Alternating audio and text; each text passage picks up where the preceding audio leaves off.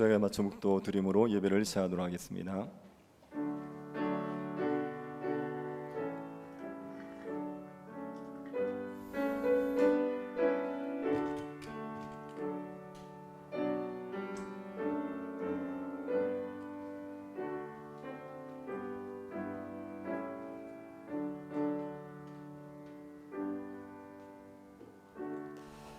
하나님 아버지, 저희들에게 예배를 허락하여 주셔서 감사드립니다.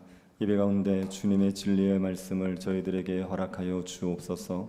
진리 안에서 자라가게 하여 주셔서 주의 강한 군사들이 되게 하여 주옵소서.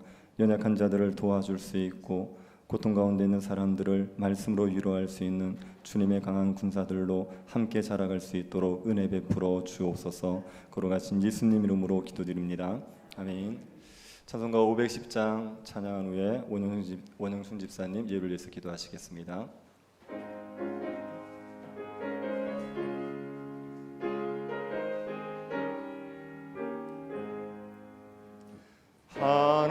하나님의 진리 등대 길이 빛나니 우리들도 등대되어 주의 사랑 비추세.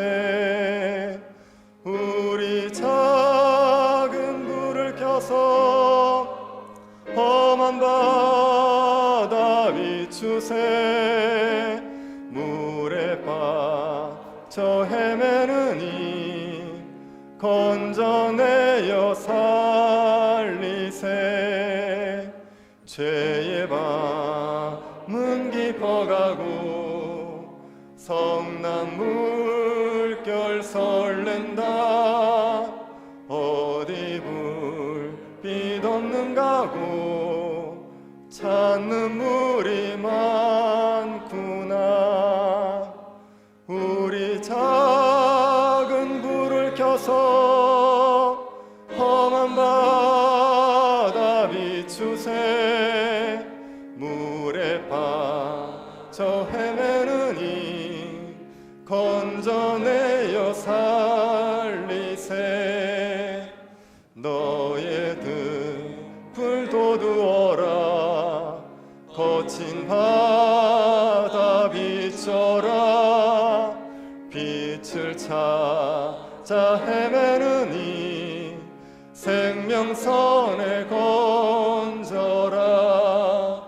우리 작은 불을 켜서 험한 바다 비추세. 물에 빠져 헤매느니 건져내어 살리세.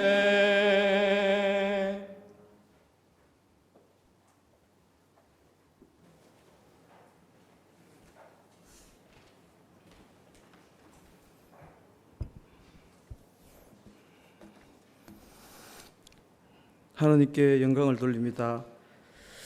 죄인된 인간을 너무나 사랑하셔서 우리를 대신하여 예수님의 십자가의 사랑으로 죄의 문제를 해결하시고 예수님을 믿음으로 구원에 이르게 하신 복음의 능력주 하나님을 찬양합니다. 우리가 하루하루 하나님의 은혜로 살아가야 하지만, 하나님의 나라와 하나님의 의를 구하며 살아가야 하지만, 자기를 부인하는 삶을 실천하고 살아가야 하지만, 걱정하고 두려워하기를 좋아하고 골방 기도로 하나님께 나아가기를 꺼려하는 죄를 용서하여 주시옵소서. 하나님, 이 지역을 너무나 사랑하셔서 지금까지 이곳에 문화교회를 세워주신 주님, 귀한 믿음의 선배님들과 이 지역에 복음을 전하는 교회로 이웃 사랑을 실천하는 교회의 역할을 담당케 하심을 감사드립니다. 2020년 올 한 해 영과 진리로 예배하는 교회가 되게 하시고 십자가만을 자랑하는 교회, 하나님을 알아가기를 힘쓰는 교회, 물된 동산 같은 교회가 되기를 소망합니다. 여름 각 교회 부서 행사를 통해 말씀을 통한 하나님의 큰 은혜 주심을 감사드립니다. 하나님과 인격적으로 만나 크게 쓰임받는 인재들이 세워지고 수고한 모든 분들 하나님의 은혜가 임하기를 기도드립니다. 하나님, 전 교인이 교회 이전에 대해서 관심을 갖고 기도하고 있습니다. 우리가 서로 소통하며 하나님의 인도하심을 기다릴 수 있기를 간절히 소망합니다. 지금은 코로나 상황 속에서 저희들에게 뱀처럼 지혜로움이 필요하며 하나님의 믿음을 더 크게 가지고 실천하고 살아가야 될 때임을 기억하게 하여 주시옵소서. 오늘 말씀을 통한 하나님의 은혜를 사모합니다. 말씀 전하실 목사님에게 하나님의 능력을 대주시기를 간절히 소망합니다. 예수님 이름으로 기도드립니다.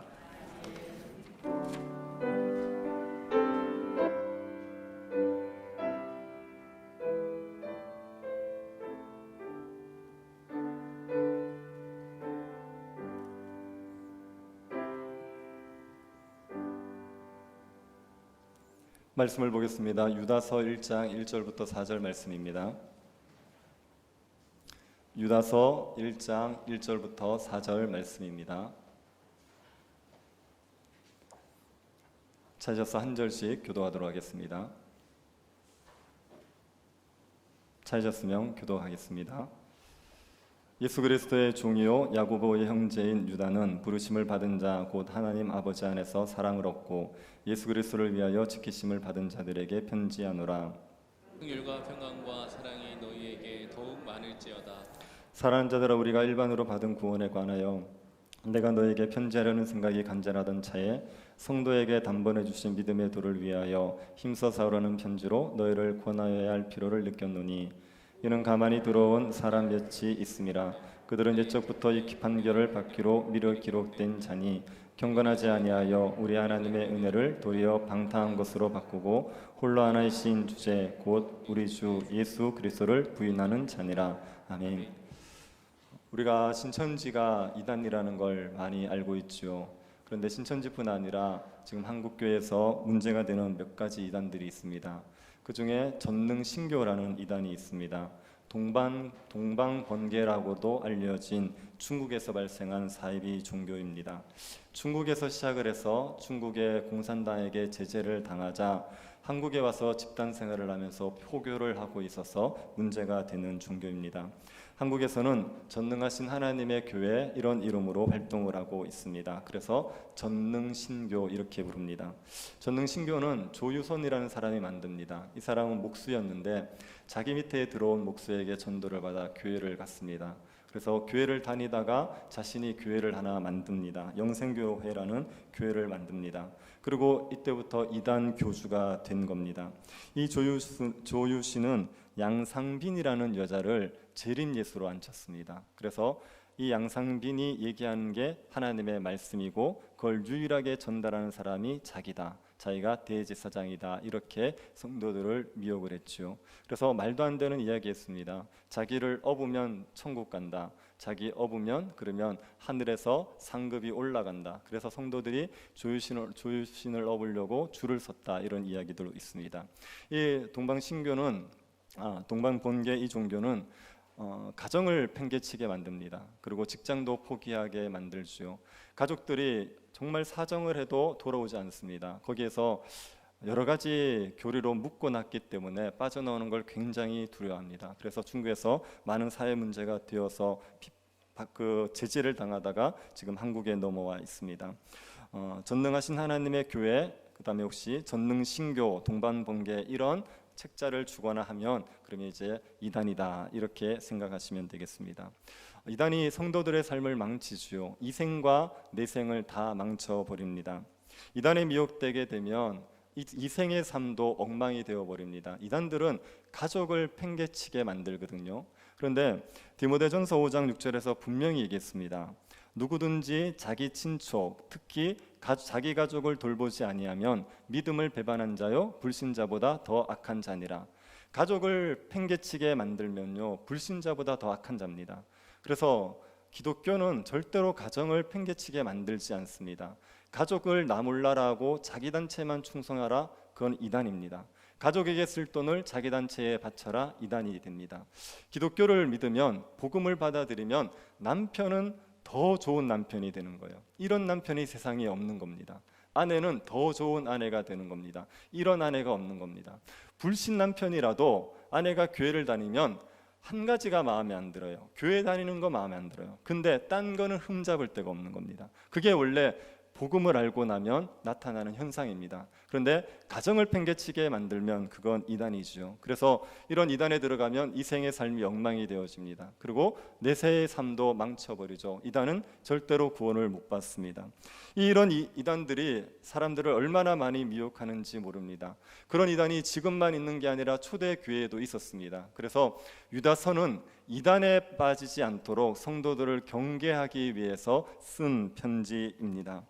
유다는, 여기 유다서를 쓴 유다는 예수님의 제자겠습니까? 예수님의 동생이겠습니까? 한번 얘기해 보시겠습니까? 예수님의 제자 같습니까? 예수님의 동생 같습니까? 예수님의 동생이죠. 야고보의 형제 그러지 않습니까? 여기 야고보가 예수님의 동생입니다. 그 형제입니다. 마가복음 6장 3절 보면 예수님의 가족이 이렇게 되어 있습니다. 이 사람이 마리아의 아들 목수가 아니냐? 야고보와 요셉과 유다와 시몬의 형제가 아니냐? 그 누이들이 우리와 함께 여기 있지 아니하냐 하고 예수를 배척한지라. 야고보, 요셉, 유다, 시몬, 이렇게 예수님의 동생 4명이 언급되어 있죠. 여기 보면 세 번째가 유다입니다. 그런데 마태복음을 보면 이게 4번째로 되어 있습니다. 그러니 유다가 셋째인지 넷째인지는 모르겠지만 예수님의 동생입니다. 예수님의 동생들은 예수님의 공생애 동안은 예수님을 하나님의 아들로 받아들이지 않습니다. 미쳤다고 얘기했죠. 그런데 예수님의 부활한 이후에 예수님을 믿게 되는 겁니다. 이 유다가 성도들에게 편지를 씁니다. 편지를 쓸 마음이 생겨서 쓰려고 마음을 먹고 있다가 편지를 쓰게 됩니다. 3절 한번 보십시오. 사랑하는 자들아, 우리가 믿음으로 받은 구원에 관하여 내가 너에게 편지하려는 생각이 간절하던 차에 성도에게 단번에 주신 믿음의 도를 위하여 힘써 싸우려는 편지로 너희를 권하여야 할 필요를 느꼈으니. 우리가 일반으로 받은 구원, 이런 말은 우리가 함께 가지고 있는 구원, 이런 말입니다. 예수 그리스도를 믿어서 얻는 구원은 우리가 함께 공유하는 거죠. 그래서 모든 성도들의 구원은 같은 구원입니다. 그리고 성도들이 구원을 경험한 거 보면 그 경험들은 대부분 비슷합니다. 간증을 들어보면 정말 어떻게 이렇게 유사할까 싶을 정도로 똑같지요. 일반으로 받은 구원입니다. 이 구원에 대해서 편지를 쓰려던 마음이 있다가 이제는 써야겠다 그러고 편지를 썼습니다. 왜 그렇습니까? 3절 중반절 보시면 성도에게 단번에 주신 믿음의 도를 위하여 힘써 싸우라는 편지로 너에게 권하여야 할 필요를 느꼈노니. 성도들에게 단번에 주신 믿음, 이렇게 얘기하죠. 구원 얻는 믿음은 순식간에 우리에게 생기는 겁니다. 물론 구원 얻는 믿음에 이르기 위한 과정이 필요해요. 처음 복음을 들었다고 바로 믿느냐, 그렇게 되지 않습니다. 복음을 듣고 그것들을 생각해보고 또 듣고 조금씩 알아가고 그러면서 어느 순간에 믿음에 이르게 되죠. 그래서 믿음은 과정이 있습니다. 그런데 구원 얻는 믿음이 생겼다 아니다고는 단번에 이루어지는 거예요. 그래서 구원 얻는 믿음은 있으면 있는 거지 적다 이런 건 없습니다. 있으면 있는 거고 없으면 없는 겁니다. 단번에 우리에게 믿음이 주어집니다. 그런데 그 단번에 주어진 믿음은 우리가 지켜야 돼요. 우리가 싸워서 지켜내야 됩니다. 여기서 힘써 싸운다는 표현이 적에 의해 공격받고 적이 탈취하고자 하는 것을 지키기 위해서 싸우는 것을 말합니다. 적이 내가 가진 것을 빼앗으려고 하는 겁니다. 그것을 막기 위해서 힘써 싸우는 겁니다. 우리가 6.25 때 제일 치열했던 전투가 다부정 전투 아닙니까? 다부정 전투할 때 고지를 점령했습니다. 그러면 적군이 가만히 있습니까? 탈환하기 위해서 오겠죠. 그때 치열하게 싸우는 거, 그걸 가르쳐서 힘써 싸운다 이렇게 얘기하는 겁니다. 하나님께서 믿음은 단번에 주세요. 그런데 그 믿음은 힘써 싸워 지켜야 됩니다. 가만히 있는다고 해서 믿음이 지켜지지 않고 그것들을 마치 적에게 빼앗기지 않기 위해서 힘써 싸우듯이 그렇게 싸워가야 됩니다. 왜 그렇게 싸워야 됩니까? 이 이단들이 있기 때문입니다. 4절 한번 보십시오. 이는 가만히 들어온 사람 몇이 있음이라. 그들은 옛적부터 이 판결을 받기로 미래에 기록된 자니 경건하지 아니하여 우리 하나님의 은혜를 도리어 방탕한 것으로 바꾸고 홀로 하나이신 주제 곧 우리 주 예수 그리스도를 부인하는 자니라. 가만히 들어온 몇 사람들이 있는데 이들이 이단입니다. 이들은 교회 안에 있던 존재였는데 교회 밖으로 나갔어요. 그리고 다시 교회로 들어옵니다. 그 이단들에 대해서 얘기하고 있습니다. 여기 이 이단들은 4가지의 특징이 있습니다. 아까 첫 번째는 가만히 들어왔다는 게 특징이에요. 이단들은 공개적으로 자기의 신분을 오픈하지 않습니다. 자신이 이단이라는 걸 드러내면 사람들이 거부감을 가지니까 몰래 숨어서 들어오죠. 자기가 이단이라는 것을 밝히지 않고 은밀하게 들어오는 겁니다. 이단들은 거짓말하고 감추는 것을 정당화시키지 않습니까? 전도를 위해서 할 수 있다 이렇게 얘기하죠. 그런데 그렇게 은밀하게 감추고 숨기는 건 하나님의 방식이 아닙니다. 제가 어떤 홍길동 같은 목사님의 재미있는 이야기를 하나 들었습니다. 이분이 독일에서 유학을 하신 분입니다. 굉장한 엘리트인데 공부하고 있을 때 친구가 공산권의 나라에 성경을 전해주러 가자는 겁니다. 그 당시에 공산권의 나라에 성경을 전해주러 가다가 잡히면 감옥에 들어가는 거예요. 위험한 일입니다. 그런데 가자 그러니까 이 목사님이 같이 가겠다고 갔습니다.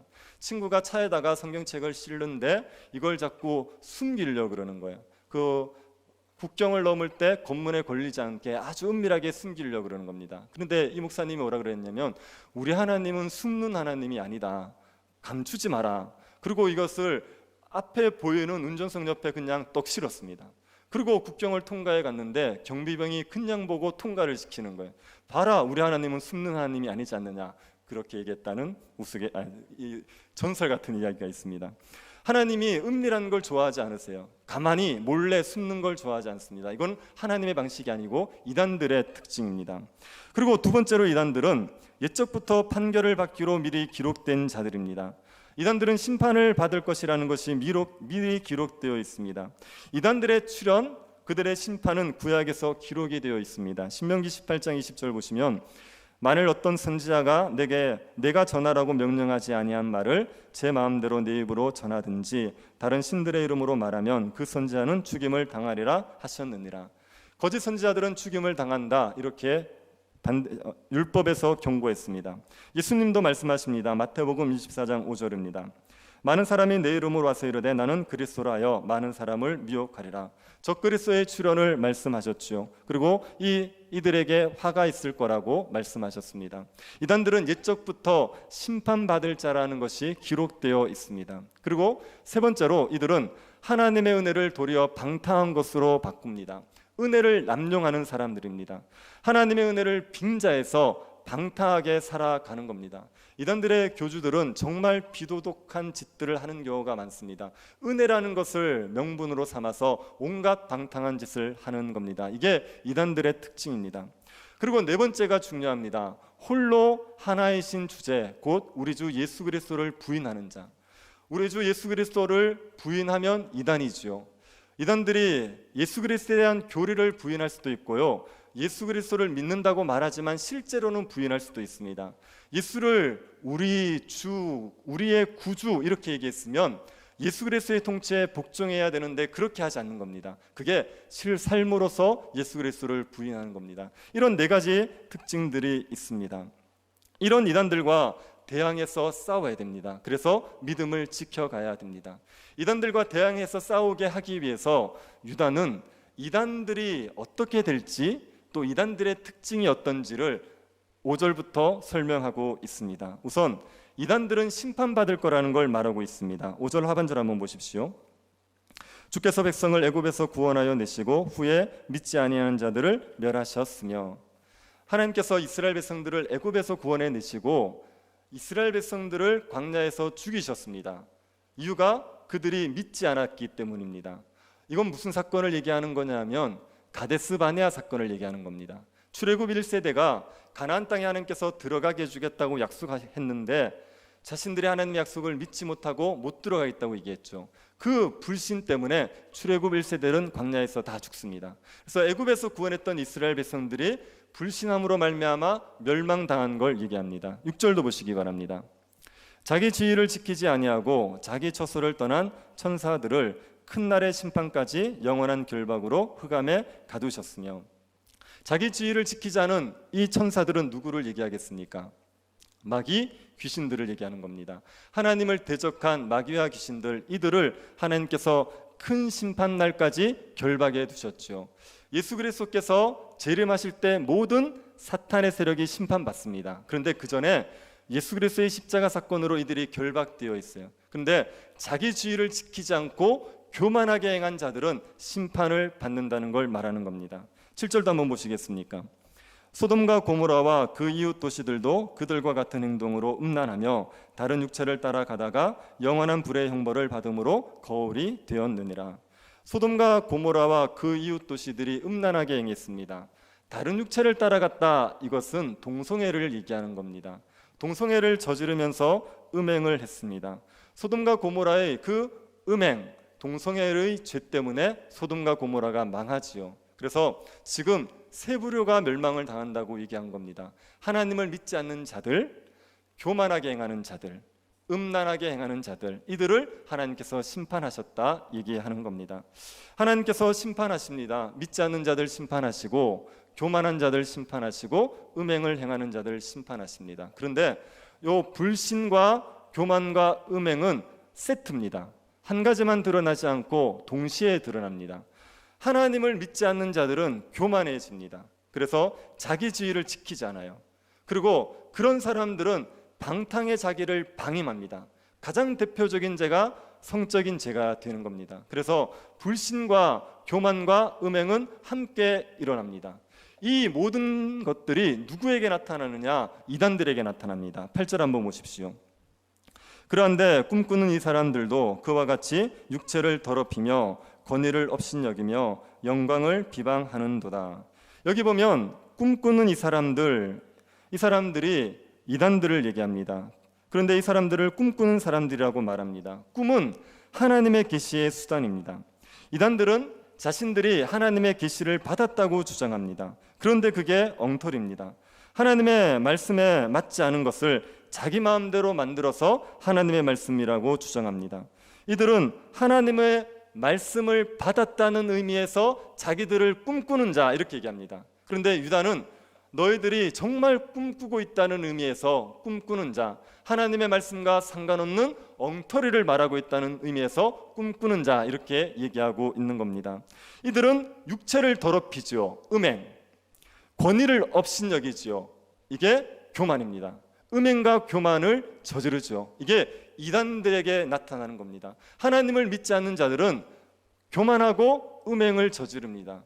그리고 여기 보면 영광을 비방한다, 이렇게 얘기했습니다. 그것을 9절과 10절에서 설명하고 있습니다. 9절 10절 한번 보시기 바랍니다. 좀 어려운 부분인데 같이 한번 읽어보시겠습니까? 같이 읽겠습니다. 천사장 미가엘이 모세의 시체에 관하여 마귀와 다투어 변론할 때에 감히 비방하는 판결을 내리지 못하고 다만 말하되 주께서 너를 꾸짖으시기를 원하노라 하였거늘 이 사람들은 무엇이든지 그 알지 못하는 것을 비방하는도다. 또 그들은 이성 없는 짐승같이 본능으로 하는 그곳으로 멸망하느니라. 여기 보면 천사장 미가엘이 모세의 시체를 가지고 마귀와 다투었다, 이렇게 얘기합니다. 이게 성경을 아무리 읽어봐도 나오지 않는 내용이에요. 그런데 그 당시에 성도들은 이 이야기를 잘 알고 있었습니다. 우리도 성경의 내용은 아니지만 성도들이 보편적으로 많이 알고 있는 이야기들이 있습니다. 철로역정은 성경 이야기는 아니지요. 그런데 철로역정을 얘기하면 웬만한 성도들은 다 압니다. 워낙 유명하니까. 그런 이야기들이 그 당시에 있었습니다. 그 이야기 중에 모세의 시체를 두고 미가엘과 마귀가 다툰 이야기가 있습니다. 이것에 대한 해석이 이렇습니다. 모세가 죽었어요. 그랬더니 마귀가 모세를 참소하는 겁니다. 모세는 애굽 사람을 죽이지 않았습니까? 애굽 사람을 쳐 죽였죠. 애굽 사람을 쳐 죽인 모세가 천국에 들어갈 수 없다라고 얘기했어요. 살해를 했는데 어떻게 천국에 들어가느냐, 이렇게 얘기한 겁니다. 그런데 미가엘 선자가 들어보니까 어느 정도 일리가 있는 거예요. 하지만 미가엘 선자는 하나님이 모세를 출애굽의 지도자로 쓰지 않았습니까? 그리고 율법도 주셨지 않습니까? 그래서 미가엘 선자는 이거에 대해서 판단을 하지 않아요.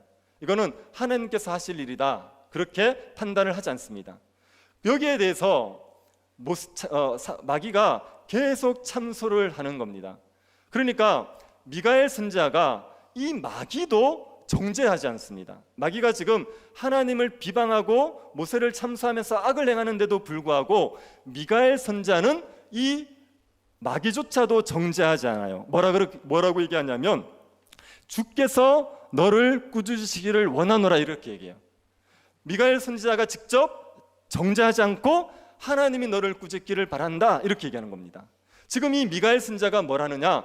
자기의 분수를 지키고 있는 거예요. 미가엘은 천사죠. 그러면 하나님의 심판은 하나님의 고난이지 천사의 고난이 아닙니다. 그러니까 천사로서 자기의 지위를 잘 지키고 있는 거죠. 사탄을 심판하는 것도 하나님의 몫이라고 해서 주께서 너를 꾸짖기를 바란다 말하지 사탄을 정죄하지 않는 거죠. 이렇게 미가엘은 자기의 지위를 지키는데 사탄은 아무나 다 비방하는 거예요. 사탄은 하나님도 비방하고 모세도 비방하고 걸리면 다 참수하는 겁니다. 이게 영광을 비방한다, 그 표현인 겁니다. 그래서 이단들은요 모든 것들을 다 비판합니다. 제가 전에도 한번 말씀드렸는데 예수 그리스도를 비난해요. 예수 그리스도가 잘못됐다고 얘기합니다. 우리가 절대로 못 건드리는 예수 그리스도도 비난하고요, 성경도 비난합니다. 밖에서는 성경 믿을 거 아무것도 없다 그랬어요. 그렇게 하나님과 성경과 예수 그리스도 이런 영광들을 마음껏 비방하는 거죠. 이성 없는 짐승 같아요. 그냥 이제 자기 본능대로 사는 그런 존재와 같다, 이 얘기를 지금 하고 있는 겁니다. 이러니 어떻게 심판을 안 받겠습니까? 11절을 한번 보시겠습니까? 화했을 진저 이 사람들이여 가인의 길에 행하였으며 싹을 위하여 발람의 어그러진 길로 몰려갔으며 고라의 패역을 따라 멸망을 받았도다. 이단들에겐 화가 있습니다. 이들이 가인의 길을 행하는 자입니다. 가인이 아벨을 죽였습니다. 시기해서 죽였습니다. 그 짓을 똑같이 하고 있는 사람들입니다. 그리고 이들은 싹을 위하여 발람의 어그러진 길로 가지요. 싹을 위해서 예언하는 사람 발람의 후예들입니다. 또 이들은 고라의 패역을 따르는 자들입니다. 고라는 모세와 아론의 권위를 인정하지 않고 자기가 지도자가 되고 싶어 했던 사람입니다. 교만한 사람입니다. 이단들은 교만해서 자기를 높이려고 하는 겁니다. 시기심으로 형제를 해하고 돈 때문에 말씀을 가르치고 거짓 가르침을 가르치고 교만하여서 자기를 높이려는 자들, 이런 자들이 이단이죠. 이런 자들에게는 화가 있습니다. 이런 자들에게는 심판이 있다. 이것을 유다가 말하고 있습니다. 그리고 이단들의 실체가 무엇인지를 11절부터 12절 말해줍니다. 11절 12절 같이 한번 읽어보겠습니다. 그들은 기탄 없이 너희와 함께 먹으니 너희 애찬의 암초요 자기 몸만 기르는 목자요 바람에 불려가는 물 없는 구름이요 죽고 또 죽어 뿌리까지 뽑힌 열매 없는 가을 나무요 자기 수치에 거품을 뿜는 바다의 거친 물결이요 영원히 예비된 캄캄한 흑암으로 돌아갈 유리하는 별들이라. 이게 이단들의 실체를 얘기하는 겁니다. 기탄 없이, 이 말은요 뻔뻔하게 이런 뜻입니다. 기탄 없이 너희와 함께 먹으니, 이게 먹는다는 얘기가 성찬을 한다는 거예요. 이 이단들이요 교회에 들어와서 뻔뻔하게 같이 성찬합니다. 그래서 애찬의 암초라 그래요. 성찬은 서로 하나됨을 나누는 겁니다. 그런데 여기에 이단들이 있어서 뻔뻔하게 같이 먹으니까 이 하나됨을 깨뜨리지요. 그래서 애찬의 암초 이렇게 얘기하는 겁니다. 그리고 자기 몸만 기르는 목자, 이단들이 뭔가를 가르쳐서 사람들을 양육한다고 말하는데 실제로는 자기 몸만 기르는 거예요. 자기만 부하게 만들고 자기 배만 채우는 존재들입니다. 바람에 불려가는 물 없는 구름, 구름은요 뜨면 비가 내릴 걸 생각합니다. 그런데 구름이 떴는데 물이 없어요. 바람에 흩날리고 마는 물 없는 구름입니다. 뭔가 비를 줄 것처럼 보였지만 아무것도 주는 게 없는 존재, 그게 이단입니다. 죽고 또 죽어 뿌리까지 뽑힌 열매 없는 가을나무. 가을나무는 열매가 있기 마련이에요. 그런데 가을나무가 죽어서 뿌리까지 뽑혔지 않습니까? 아무 열매를 못 맺습니다. 무슨 말이냐면 신자에게는 반드시 성령의 열매가 있단 말이에요. 그런데 이단들에게는 그런 열매가 없습니다. 뿌리가 뽑혀서 아무 열매를 맺지를 못합니다. 자기 수치에 거품을 뿜는 바다의 거친 물결, 이거는요 바다에서 파도가 막 일 때를 한번 생각해 보십시오. 바다가 깨끗하면 파도가 일어도 찌꺼기가 올라오지 않죠. 그런데 바다가 더러우면 파도가 일어나면 찌꺼기가 올라옵니다. 지금 이단들은 그 안에 온갖 더러운 게 가득해요. 그래서 속에 나오기 시작하면 온갖 수치의 거품들을 뿜어낸다, 이런 의미에서 말하고 있습니다.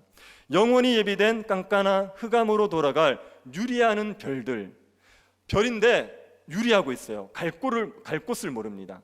방황을 하다가 결국은 깜깜한 곳으로 떨어지는 겁니다. 이단들은 자기들도 길을 모릅니다. 사람들에게 길을 가르쳐준다 말하지만 자기들도 도무지 길을 모르고 결국은 멸망에 이르게 되는 존재들입니다. 이단들은 애찬의 암초입니다. 교회를 분열시키는 존재예요. 그리고 이들은 자기 배만 채우는 사람들이고요, 가란 영혼들에게 생수를 줄 것처럼 얘기하지만 아무것도 주지를 못합니다. 신자다운 열매를 맺지 못하고 온갖 더러운 것들만 토해내는 존재입니다. 길을 몰라서 사람들을 이리저리 끌고 다니다 결국은 멸망으로 끌고 가는 존재, 그게 이단입니다. 이런 이단들이 심판받을 것이 예언되어 있습니다. 어디에 예언되어 있냐면 에녹서에 예언되어 있습니다. 14, 15절 한번 보시겠습니까?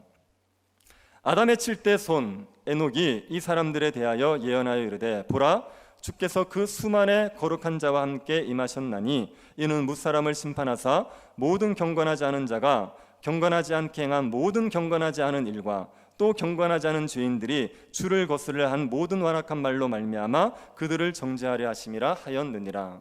성경에 에녹이 나오는데 에녹에 대해서 선지자다 이런 표현이 없습니다. 그런데 여기에 보면 에녹이 예언을 했다고 말하는 겁니다. 에녹이 300년 동안 동행하다가 죽음을 보지 않고 하나님께 간 경건한 사람 아닙니까? 이 에녹이 예언을 했어요. 근데 에녹을 여기에 보면은 아담의 7대 손, 그렇죠? 성경 아시는 분들은 해아를 보면 에녹은 아담의 6대 손이에요. 그런데 7대 손 이렇게 얘기합니다. 어디서 출발하느냐? 아담에서 출발해서 그래요. 아담에서 출발하니까 7번째가 되는 겁니다. 이 에녹은 성경에는 없지만 교회에 잘 알려진 예언을 했습니다. 이단들이 심판받을 거라고. 하나님께서 수만의 거룩한 자와 함께 일하십니다. 임하십니다. 임하시는 이유는 무사람을 심판하기 위해서고, 이건 최후 심판을 말합니다. 이때 경건하지 않은 자들을 심판하죠.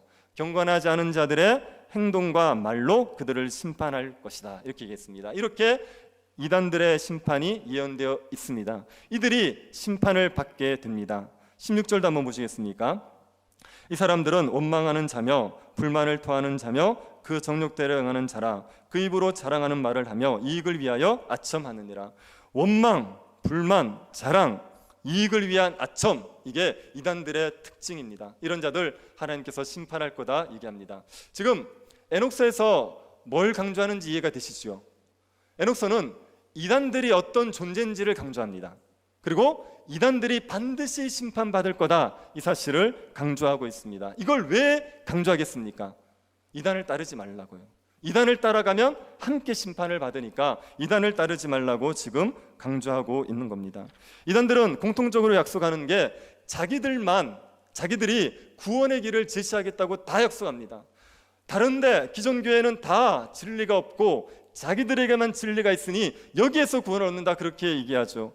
그래서 그 구원의 약속을 믿고 가족도 버리고 직장도 버리고 삶을 내팽개치게 만들어요. 그런데 그들이 주겠다는 구원을 이단들은 절대로 못 줍니다. 오히려 사람들을 멸망으로 끌고 가서 자기들도 심판받고 자기를 따르는 자들 다 심판받게 하는 게 이단입니다. 이런 이단들이 등장할 거라고 성경이 누누이 얘기했습니다. 17절 한번 보십시오. 사랑하는 자들아, 너희는 우리 주 예수 그리스도의 사도들이 미리 한 말을 기억하라. 사도들이 미리 얘기했습니다. 18절, 그들이 너에게 말하기를 마지막 때에 자기의 경건하지 않은 정욕대로 행하며 조롱하는 자들이 있으리라. 마지막 때에 이단들이 있을 거라고 했습니다. 이 이단들이 어떤 자입니까? 19절, 이 사람들은 분열을 일으키며 육에 속한 자며 성령이 없는 자다. 교회를 분열시키고 육체의 정욕을 따르고 성령이 없는 자들, 이런 자들이 등장할 거다, 이렇게 얘기했습니다. 이 이단들이 초대교회 때부터 등장해서 지금까지 계속 교회를 미혹하고 있습니다. 여러분, 이단에 빠지지 마십시오. 제가 볼 때 여러분 중에 이단에 빠지실 분들은 없는 것 같습니다. 제가 그래서 이거 얘기하면서도 우리 성도들은 큰 상관이 없겠다, 이런 생각이 약간 듭니다. 그런데 이단의 특징을 4절에서 제일 먼저 얘기했던 게 뭡니까? 4절 다시 한번 보십시오. 제일 처음에 이단이 어떤 자라고 얘기했어요? 가만히 들어온 자 그랬죠. 이단이요 대놓고 들어오지 않아요. 이단은 가만히 들어옵니다. 그래서 그게 이단인지 아닌지 사람들이 못 알아먹습니다. 그냥 들으면 그럴듯해요. 그런데 몰래 들어와가지고 사람들을 속이는 거짓 가르침이 있습니다. 교회 안에도 가만히 들어온 거짓 가르침이 있습니다. 우리가 진리인지 거짓 가르침인지 구분을 못해서 용납하는 그런 잘못된 사상이 있습니다. 대표적인 게 율법주의거든요. 율법주의가 교회 안에 가만히 들어옵니다. 아니, 율법주의를 이단이 얘기합니까? 아니요, 정통교회에서 얘기합니다. 정통교회에서 가끔 목회자들이 또 성도들이 율법주의를 가르치는 거예요. 자기도 그게 율법주의인지 모르고 가르칩니다. 여기다 기복주의도 가르쳐요. 예수를 믿어서 복받는다는 얘기를 가르쳐요. 신비주의도 가르칩니다. 신앙생활을 굉장히 어렵게 만들어놨어요. 그래서 신비적인 방법으로 하나님을 찾게 만들어놨습니다. 그런데 여러분, 모든 거짓 가르침에 공통점이 있어요. 뭐냐면 홀로 하나이신 주제 우리 주 예수 그리스도를 부인합니다. 홀로 하나이신 주제 우리 주 예수 그리스도를 인정하지 않고 이걸 부정하는 게 다 거짓 가르침의 핵심이에요. 율법주의는 뭐냐면요, 예수 그리스도로 충분하지 않다는 겁니다. 예수를 믿는 것으로 충분하지 않고 자기의 선행을 덧붙여야지 구원을 얻든지 복을 받든지 한다는 게 율법주의예요. 예수 그리스도를 믿음으로 충분하다고 말하지 않고 이것 말고 덧붙여라, 더해라, 네가 뭔가를 해라, 이게 율법주의입니다. 기복주의는 뭡니까? 예수님으로 다 받은 게 아니라는 거예요. 예수 믿어서 다 받은 게 아니라는 겁니다. 예수를 믿은 건 시작이고 이제는 예수를 잘 믿어서 뭔가를 받아내자는 거예요. 예수를 잘 믿어서 세상에서 성공을 하든지 예수를 잘 믿어서 높아지든지 부자가 되든지 뭔가를 받아내자. 예수를 믿은 것으로는 행복하지 않으니까 예수 말고 우리를 행복하게 해줄 수 있는 어떤 것들을 더 받아내자는 게 기복주의란 말이에요. 신비주의는 뭡니까?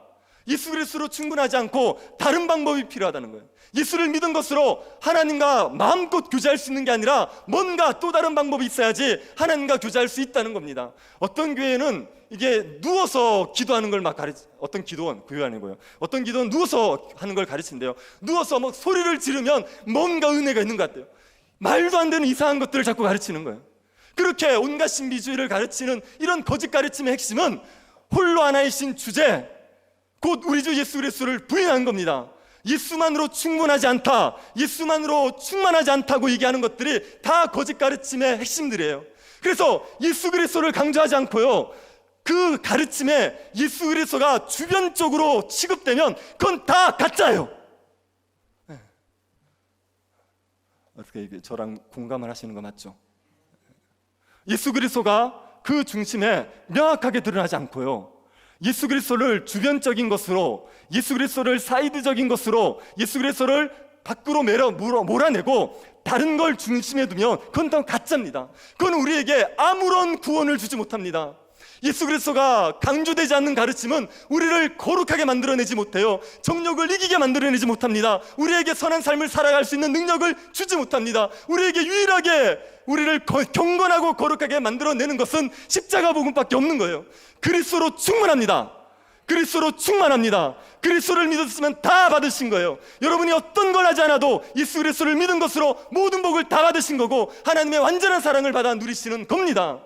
여러분이 저녁 예배를 오시는 걸 보니까 제가 너무 귀해요. 그래서 복을 빌어주고 싶습니다. 여러분, 저녁 예배 오신 분들은 자녀들이 잘 되는 복이 있기를 축복합니다. 건강의 복이 있기를 축복합니다. 저녁 예배 오신 분들에게는 만사가 형통해지는 복이 있기를 축복합니다. 아멘 하는 것도 찝찝하죠? 저녁 예배를 와셔서 뭔가 여러분이 공로를 쌓으면 하나님이 여러분에게 더 줄 것처럼 생각하시면 안 된단 말이에요. 네, 그건 다 거짓 가르침인 겁니다. 예배를 드리는 것 자체가 복이에요. 여러분이 예배를 드리는 것 자체가 복이고요, 예배를 드리는 것 자체가 기쁨입니다. 우리의 소원이 뭐냐? 예수를 예배하는 거예요. 하나님을 예배하는 거예요. 그런데 그 원하는 소원을 할 수 있게 되니까 기쁜 거예요. 뭘 더해 주서가 아니라 이 자체가 복인 겁니다. 우리는 예수를 믿을 때 복을 다 받았기 때문에 좋아서, 감사해서, 자원해서 하나님을 즐겁게 섬기고 살아가는 겁니다. 예수 그리스도의 이 진리에 굳건하게 서 계셔야 됩니다. 어떤 가르침에도 흔들리지 마시고 복음에 견고하게 서 계셔야 됩니다. 제가 연세 드신 분들 신방을 한 번씩 가면 제가 자주 신방하기 어려울 때 꼭 물어보는 게 있습니다. 할머니, 천국은 어떻게 하십니까? 그러면 이 연세 드신 어르신들이 바로 나와야 되거든요. 예수 믿음으로 갑니다. 이게 바로 정답 아닙니까? 그런데 이게 바로 나오지 않아요. 처음에 웃으세요. 호호 웃으시고 그 다음에 하는 말이 뭐냐? 교회 열심히 가서 예배 드리고 이렇게 나와요. 교회 열심히 다니면 이렇게 나와요. 제가 그런 얘기를 들을 때마다 막 선울선합니다. 복음에 대해서 명확하게 알고요, 예수 그리스도를 정확하게 붙들지 않으면요 구원이 없습니다. 대충 교회를 다닌다고 해서 구원을 받는 게 아니라 복음의 진리를 명확하게 아셔야 구원을 받는다고요. 그래서 내 입으로 예수 믿는 것만으로 충분합니다, 예수 믿는 것 때문에 저는 죄인이지만 하나님의 용납을 받습니다, 이걸 고백할 수 있어야 돼요. 이게 고백이 안 되면 그분은 복음을 모르는 겁니다. 복음을 모르면 믿는다고 얘기할 수 없는 거예요. 그러면 하나님의 나라 밖에 있는 겁니다. 여러분 명확하게 이해하십시오. 여러분이 무엇을 한 게 중요한 게 아니고 예수를 믿는 것으로 여러분이 구원을 얻는 겁니다. 아무것도 하지 않아도 예수 믿는 이 한 가지만으로 구원을 얻습니다. 천국은 어떻게 갑니까? 예수를 믿음으로 갑니다. 어떤 것도 아닌 예수를 믿는 것만으로 갑니다. 이 진리에 여러분이 굳게 서 있으셔야 됩니다. 거짓 가르침에 성도들이 미혹을 받지 말아야 되죠. 그러기 위해서 어떻게 해야 되느냐? 20절 21절 보십시오. 사랑하는 자들아, 너희는 너희의 지극히 거룩한 믿음 위에 자신을 세우며 성령으로 기도하며 하나님의 사랑 안에서 자신을 지키며 영생에 이르도록 우리 주 예수 그리스도의 긍휼을 기다리라. 거룩한 믿음 위에 자신을 세우라는 얘기는요, 믿음에 굳게 서라는 얘기입니다. 이 얘기는 다른 말로 얘기하면 복음의 진리를 붙들어라, 성경을 읽어라, 성경을 배워라, 이 얘기를 하는 겁니다. 여러분 말씀을 배우셔야 됩니다. 제가 이단들이 가르치는 가르침들을 들어봅니다. 제가 신천지가 한참 난리를 칠 때 정말 듣기 싫었습니다. 그런데 신천지에 빠진 사람들에게 얘기를 해줘야 될 것 같아가지고 신천지의 가르침을 들었습니다. 들어서 한 문장도 도움이 될 만한 걸 못 건졌어요. 정말 들을 게 없어요. 신학교에서요 교육만 제대로 받으면요 다 엉터리한 거 합니다. 평신도들은 신학교에서 공부를 안 했지 않습니까? 그리고 성경을 잘 모르지 않습니까? 그러니까 들으면 뭔가 있는 것 같죠. 제대로 공부해 본 사람, 이 성경을 그냥 바르게만 배워본 사람은요 들어보면 아무 도움이 안 돼요. 그런데 그런 것들에 넘어간단 말이에요.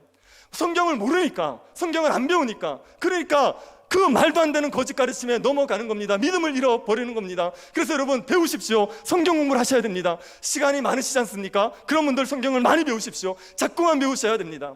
이단들이 제일 잘 써먹는 게 요한계시록이거든요.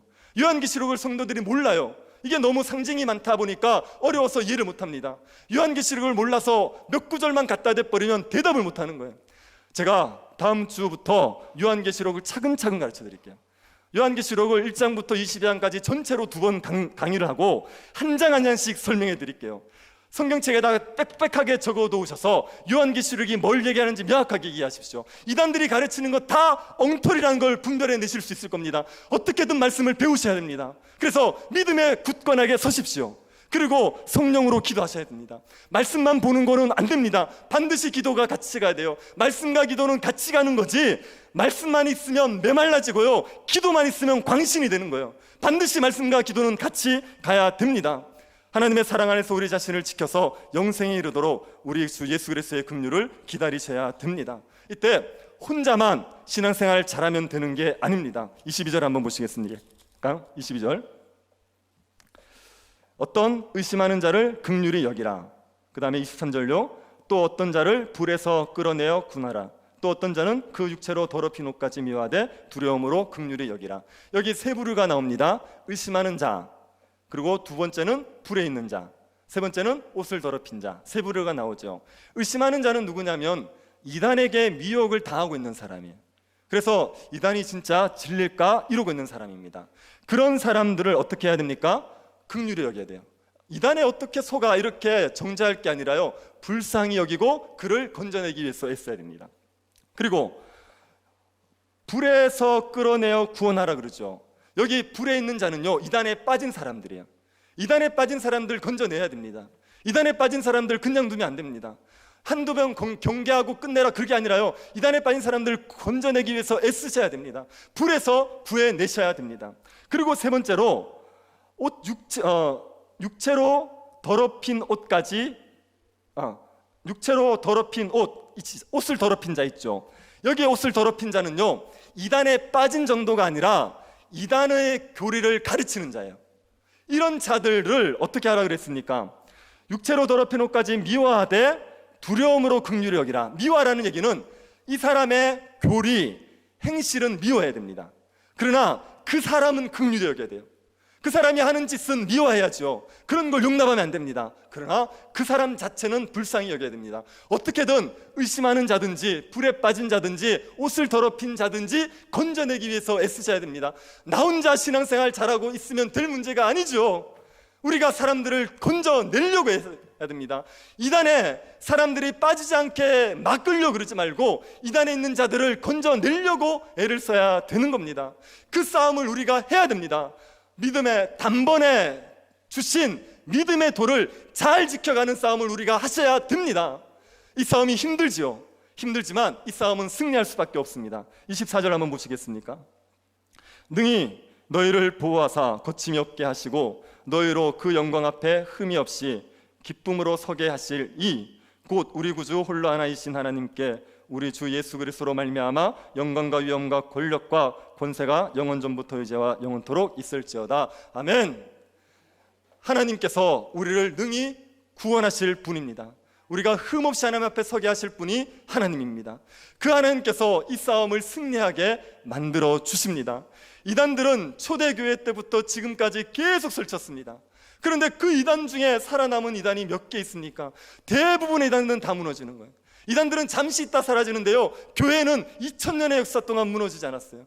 교회는 앞으로 주님 오실 때까지 영원할 겁니다. 하나님이 교회를 지키신단 말이에요. 믿는 자들은 하나님이 지키셔서 흠없는 자로 세우시게 될 겁니다. 그 하나님을 믿음으로 말미암아 거짓 가르침과 싸우십시오. 진리는 승리하게 되어 있습니다. 진리를 붙드는 자들은 반드시 승리하게 되어 있습니다. 그러니 하나님을 믿으심으로 거짓 가르침과 싸워서 우리의 믿음을 지키고 거짓 가르침에 빠진 자들을 건져내는 일에 쓰임받는 그런 주의 백성들 될 수 있기를 간절히 바랍니다. 하나님 아버지, 우리에게 믿음을 주신 것을 감사드립니다. 우리에게 주신 믿음을 힘써 지키게 하여 주옵소서. 가만히 들어온 이단들에 미혹되지 않게 하시고 이단에 미혹된 자들을 건져낼 수 있게 하여 주옵소서. 우리들을 능히 보호하셔서 흠없이 하나님 앞에 서게 하실 하나님을 의지하여 믿음의 싸움을 싸우며 승리하게 하여 주옵소서. 걸어가신 예수님 이름으로 기도드립니다. 아멘. 부흥 찬양하고 축도로 예배를 마치겠습니다.